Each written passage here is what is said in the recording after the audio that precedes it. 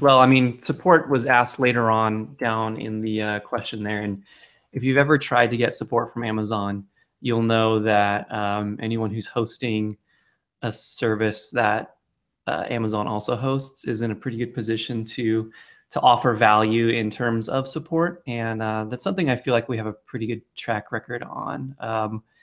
And we really like to get out there and chew on the questions that people give us and to help people have that confidence that they're using the best practices.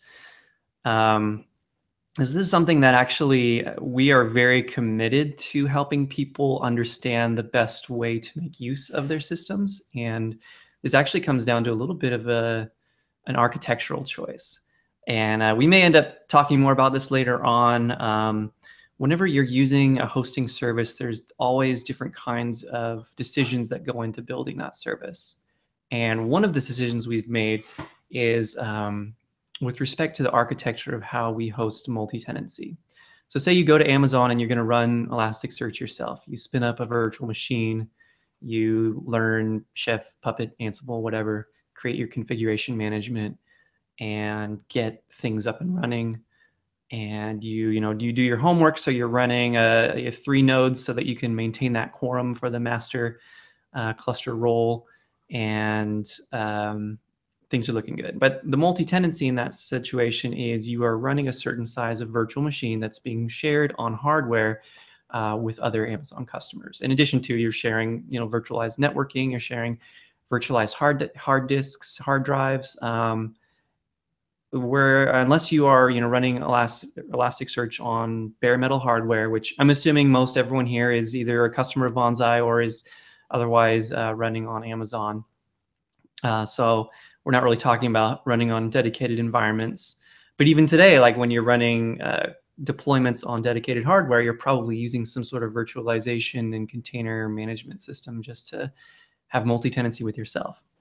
So self-hosting on Amazon or using Amazon or AWS Elasticsearch, you are running Elasticsearch on virtual machines. So we do actually do a similar level of architecture. This is what we call our dedicated hosting. And for the purposes of running on the cloud, running on one of Amazon's virtual machines is pretty good enough to be called dedicated. Like they do a very good job with their resource management on their EC2 instances, where you're not really getting the kind of noisy neighbor. You get what you're getting when you're spinning up an EC2 server. We have another level of architecture where we call this our shared cluster architecture. And this is where we have actually customized Elasticsearch to turn it into, to give it an understanding of native multi-tenancy inside of Elasticsearch itself.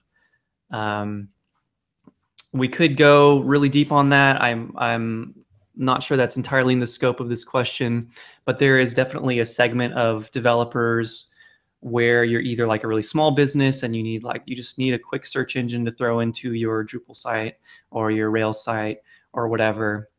You don't want to do all the research of what kinds of servers to use and how many of them do you need. You maybe have questions about how to make the best use of it. And I think that we fit really well with a segment of customers who are in that particular place with their usage of search. So that's a start. As far as ability to tweak configs, it remains to be seen. I haven't played with AWS Elasticsearch enough to know how much configurability they give. One of the nice things about Elasticsearch is that they present most of their cluster configuration type options and management options via their API. So you get pretty much access to do whatever you need with Elasticsearch with the cluster from the native APIs. I know that Amazon does lock down certain API endpoints as we do as well, likely for similar reasons, performance, security, that kind of thing. There are just some things that Elasticsearch does that are designed with, more designed with the use case where you are running everything and not necessarily outsourcing that hosting. So I would say we have a similar level of API access as far as configuring the clusters.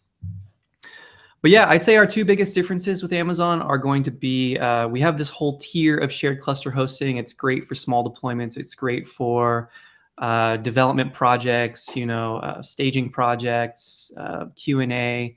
This is really popular on Heroku, where people will use Heroku deployment pipelines, and they will actually spin up an app for every pull request they put up on GitHub. And that app will get every single add-on service that they need, including Elasticsearch. We just get notifications left and right all the time of these new pull request clusters. So having access to a really nicely virtualized Elasticsearch service is very helpful for those kinds of use cases. So